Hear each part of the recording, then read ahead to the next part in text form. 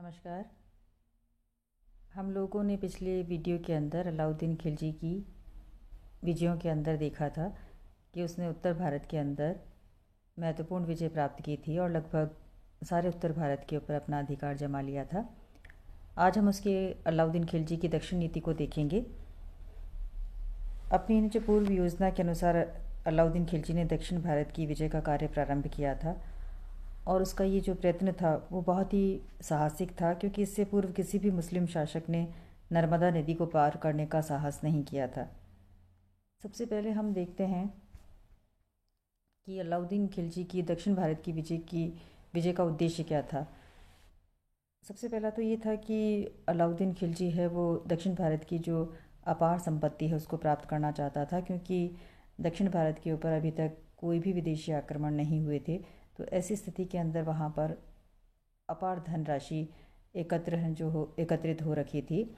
तो उस संपत्ति को प्राप्त करने के लिए उसने दक्षिण भारत के ऊपर अभियान करने का निश्चय किया था, क्योंकि सबसे पहले वो जो देवगिरी के ऊपर आक्रमण करके उसी जो देवगिरी के आक्रमण की लूट के अंदर उसको जो धन मिला था उसी से वह एक विशाल जो अपने समर्थकों की सेना जुटा पाया था और उसने अपने चाचा जलालुद्दीन खिलजी के विरुद्ध विद्रोह करके और उसको मौत के घाट उतार कर साम्राज्य प्राप्त किया था। तो इसलिए वो दक्षिण भारत की अपार धन संपत्ति के महत्व को भली प्रकार से जानता था।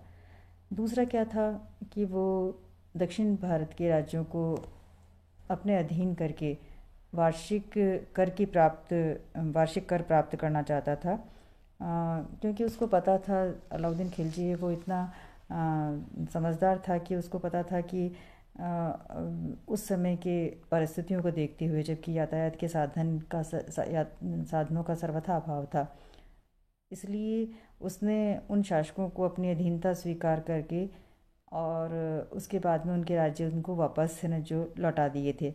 वास्तव में उसने समुद्रगुप्त की नीति का अनुसरण किया था। समुद्रगुप्त ने भी जो दक्षिण के राज्यों को जीतकर उनको अपने राज्यों में नहीं मिलाया था।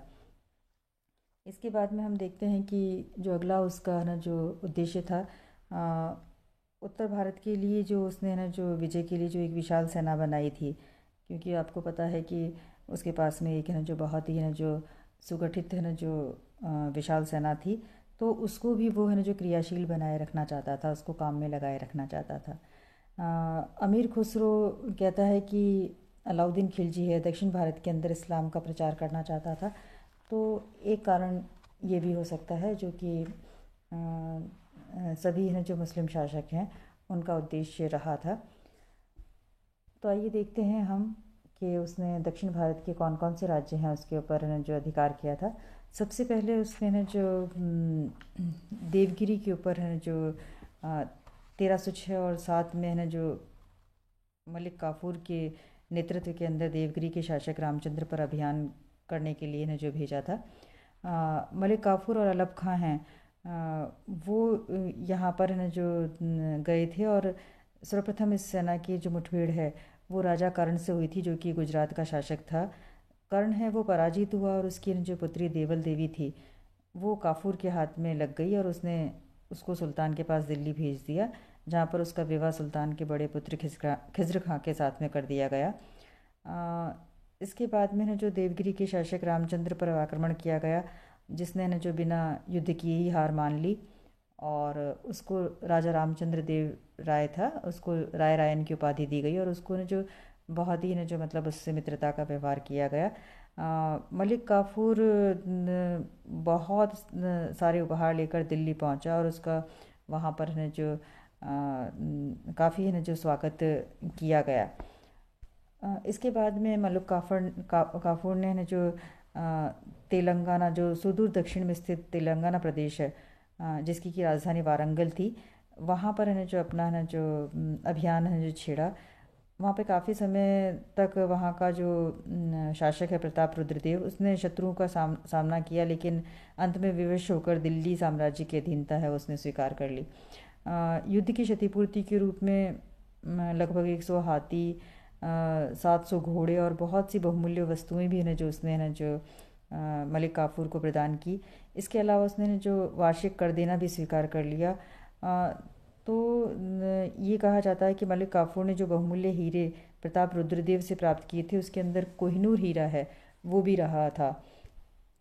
इसके बाद में हम देखते हैं कि अगली विजय थी, वो थी होयसल के ऊपर है जो होयसल राज्य के ऊपर है जो विजय।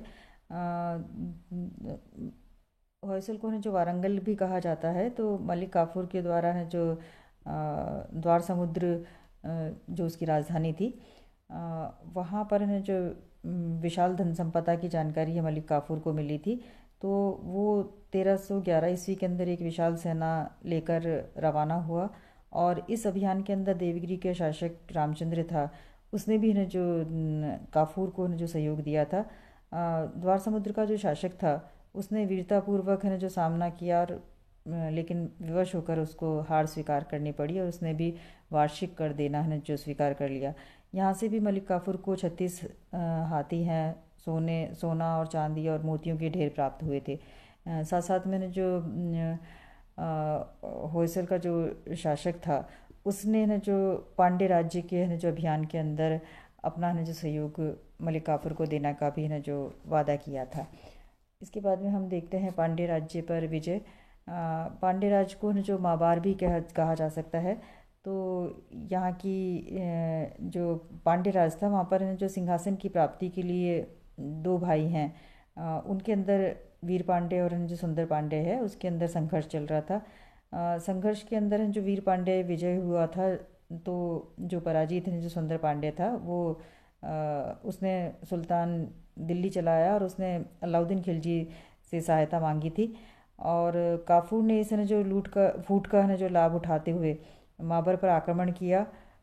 वीर पांड्य ने जो शत्रु को पराजित करने के लिए अपनी पूरी शक्ति लगा दी थी, लेकिन आखिर के अंदर जो उसको हार के न जो वो अपनी राजधानी मदुरा है उसको छोड़कर चला जाना पड़ा। और बाद में जो क्रोधित काफूर था उसने माबर को या फिर मदुरा को जो काफ़ी ने जो लूटा। और के.एस. लाल के शब्दों के अंदर अगर हम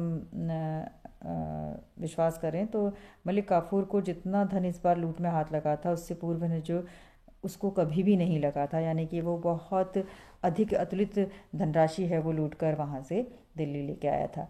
इसके बाद में जो देवगिरी पे जो दूसरा आक्रमण था, यानी कि ना जो दक्षिण भारत के ऊपर जो अंतिम आक्रमण हुआ था वो 1312 ईस्वी के अंदर हुआ था।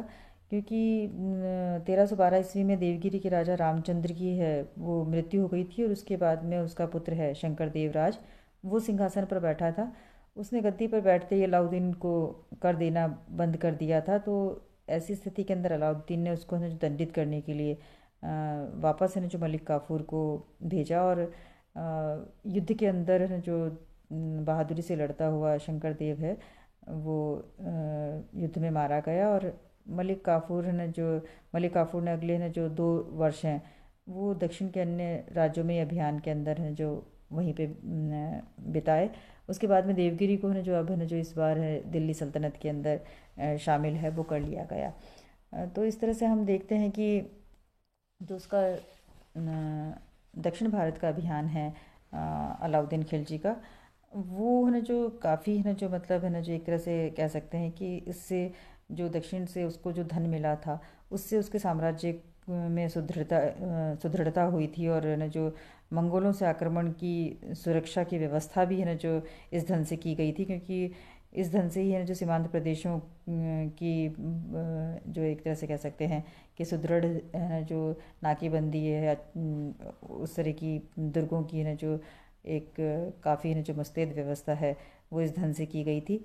और दक्षिण भारत की विजयों ने निसंदेह जो अलाउद्दीन खिलजी था सुल्तान था उसकी प्रतिष्ठा के अंदर वृद्धि की थी। धन्यवाद।